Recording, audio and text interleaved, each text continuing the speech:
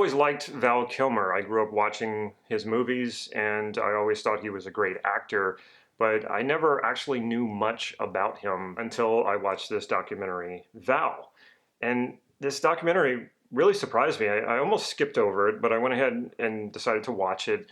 And I'm really glad that I did because I feel like it really reveals some deeper truths about the meaning of life and the meaning of success. This is not a movie review. I am not reviewing this documentary for the sake of telling you how good of a documentary it is. What I'm really going to do is break down what I think has made Val Kilmer extremely successful and extremely talented. What I am doing is not technically NLP modeling. For those of you who watch a lot of my videos and know I talk a lot about neurolinguistic programming, everything that I do I feel like is affected by NLP because I've practiced it for so long, I've done it for so long, I teach it, I've coached so many people. So almost everything that I do is kind of affected by NLP. So I am sure that a lot of the things that I'm seeing are through neurolinguistic programming modeling. The reason why I'm saying this is that the result of this is not an NLP model. I've never met Val Kilmer.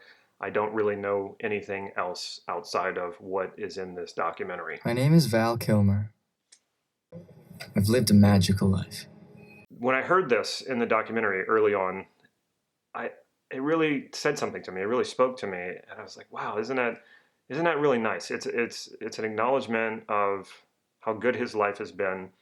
Some people might say, "Well, that sounds like he's bragging." I don't think so. I think it's kind of humble. He's acknowledging that so many wonderful things have happened to him. I tried this on. I said this to myself.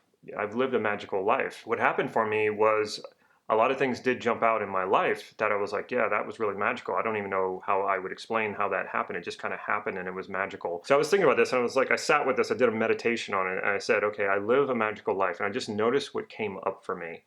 And I suggest you give that a try too, because if your experiences don't line up with having a magical life, then you know that there's some work to do. And you don't have to wait to start living a magical life. I think it's more important that you take some time now and start framing things in your life as being magical, because what we're going to see in this breakdown that I'm about to do is that Val Kilmer, one of his superpowers, is that he constantly changes his perception when things don't go his way. He changes his perceptions to match what he wants to experience, how he wants to live. And it's the most amazing thing to watch him do that when he encounters situations that don't go well for him.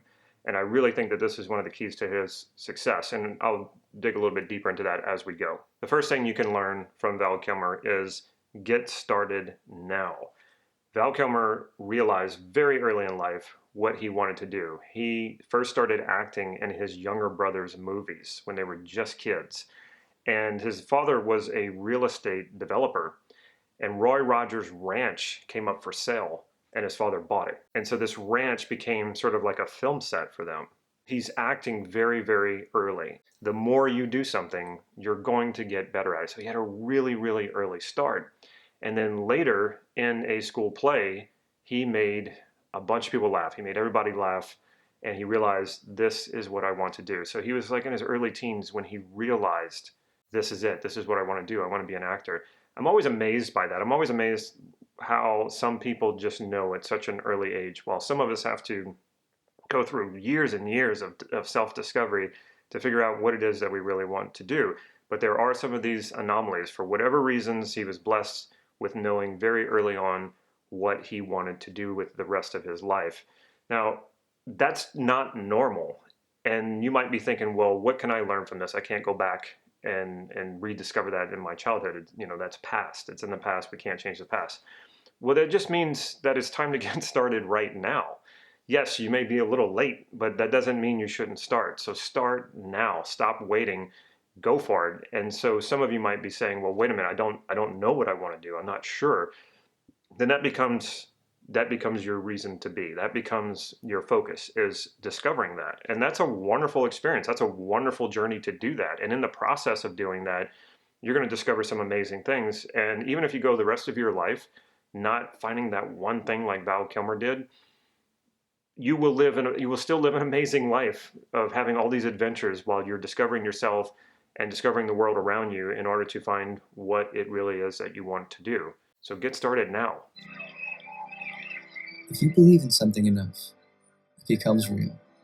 I was the youngest kid ever accepted into drama school at Juilliard. It becomes evident very early on in the documentary that Val Kilmer is a romantic. He romanticizes life, and this is part of his charm. I've also found this to be very common among very, very successful people, and a lot of artsy types, where they sort of use illusions to make themselves successful. So it's about getting the mind outside of the rational, outside of the logical, and into the dreamer state. Val Kilmer does a lot of this.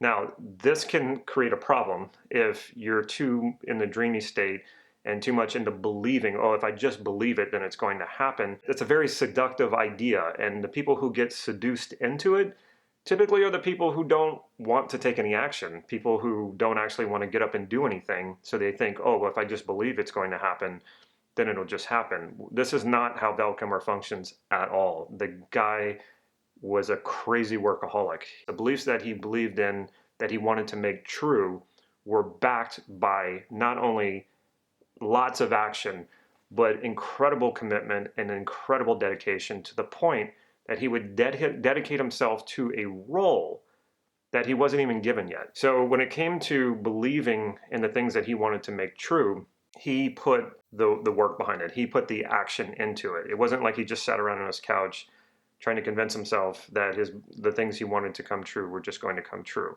And I see that a lot in personal development, this idea of like, well, if I just believe it, it'll happen. No, it won't.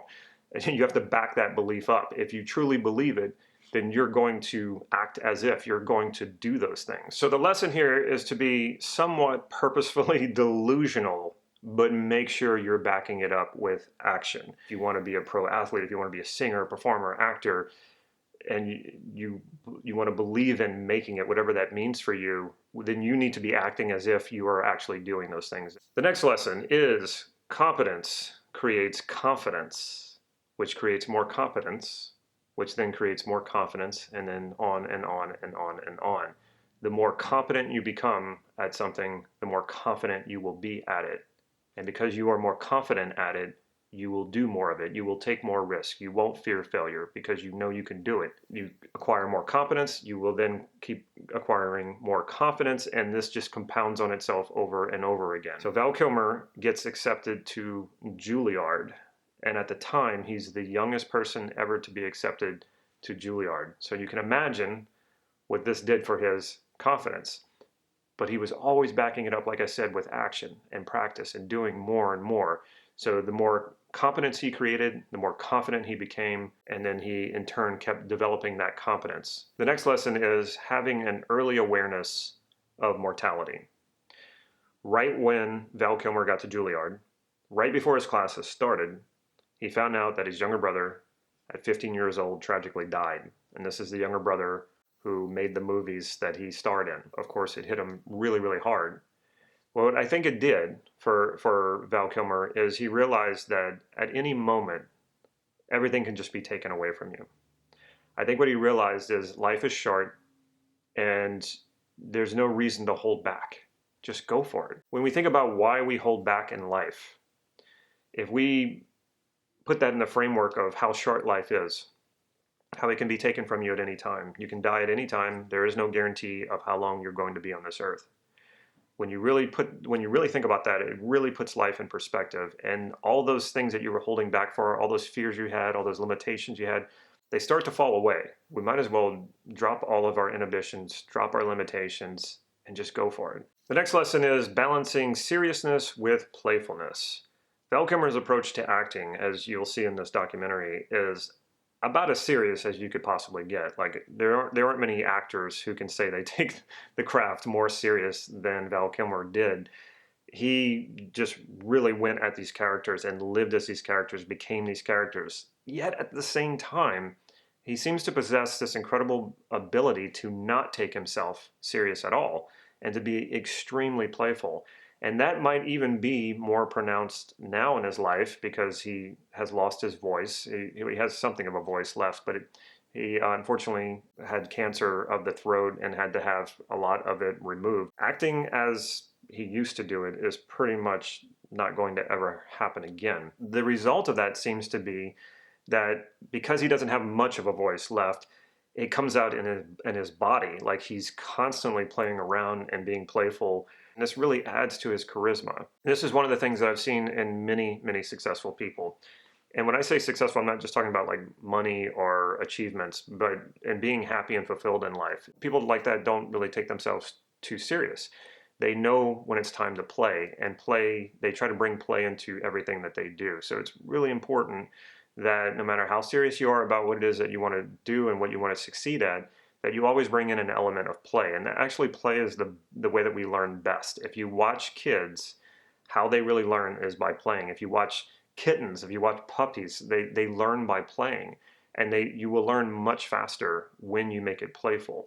And then life's just a lot more enjoyable, and your successes are a lot more enjoyable if you add playfulness in it. The next lesson is having close ties with other people. In most cases, this will be your family. It doesn't have to be just family, it could be close connections and close ties with other people. They don't focus too much in this documentary with Val Kilmer's connections and ties with people outside of his family, but they do show a lot of him being very close to his mother, being very close to his father, and being extremely close to his kids. And it's actually very heartwarming. This is often one of those, another element that you'll see in really successful people. They feel like they have a very strong support system. They have people who are in their corner, people who they are connected to, and probably help keep him balanced, especially when you're talking about all the other baggage that comes with fame and money. Having strong family connections and strong social connections is also linked with a longer life. Not all the time can we be close to our family because we can't choose them necessarily, and we might not get along with them, but you can find social connections and people who you can connect strongly with. And the more you build a community like that, the more successful you will become and the more fulfilled you will become. The next lesson is when life disappoints you, instead of getting bitter or upset or angry, change your perspective. This is seen throughout the documentary, where when something like that happens to Val Kilmer, instead of getting angry, instead of getting bitter, he changes his perspective. And the time that this happens in the documentary that I think really sums it up is right out of Juilliard. He gets the starring role in a play, and he's all excited about it. And then he gets knocked down to the second role because Kevin Bacon is available. And then Sean Penn is available. So Kevin Bacon gets knocked down. Sean Penn comes in and has a starring role, which then puts Val Kilmer down even further. He decides to change his perspective and remain optimistic and remain positive. He really says it best himself. So let's take a listen to that. I went from being the star of the play to playing the character that was the butt of every joke. It wasn't an easy pill to swallow, but I did it. It's true that there are no small parts, only small actors. It's also true that not all characters are created equal, and it became clear to me that my mission should be to chase down those roles that would transform me. So he couldn't control whether or not he got demoted because Kevin Bacon came on. He couldn't control whether or not he got demoted again because Sean Penn came around. Instead of pursuing the lead role, he decides, I'm going to pursue the roles that will transform me. That's an incredible shift. That's an incredible shift in perspective. What can you do in life that's really going to transform you into the person you want to be? What can you do in life that's really going to transform you into the person who creates the life that you want to live, who creates the fulfillment that you want to live? So focus on transforming yourself, which is exactly what I teach. It's not surprising that I gravitated to this documentary for exactly that reason. Val Kilmer is interested in transformation. Of course, he wants to be successful. Of course, he wants money. I don't know if he really wanted fame. Instead of focusing on those things, focus on what can you do that will transform you into that person you want to be. The next lesson is dedication and commitment. Now, I'm sure you've heard this many, many times, but if you want to see an example of the ultimate dedication and commitment to what you're doing looks like, that's Val Kilmer and the roles that he approached. This one even kind of baffled me because Val Kilmer would go after a role and spend months practicing at this role, videoing himself, and then send it to directors. He didn't even have the role yet. What was so amazing to me is how much work he would put into this without even knowing if he was even going to get the part. Like, I would imagine that most actors who even have the role wouldn't even work as hard as he was working for a role he didn't even have. And this baffles me because I've struggled with this myself. Like, if it's too unknown as to whether or not I can get what I want because someone else is in control, someone else, decides whether or not I get it, that's very difficult for me to do. So I would actually like to know more about this. So, Val, if you're listening, maybe we can sit down and have a chat. If you can overcome that obstacle of, well, I don't know if I want to work so hard for this because ultimately it's not up to me whether or not I succeed, or it's not up to me whether or not I get this.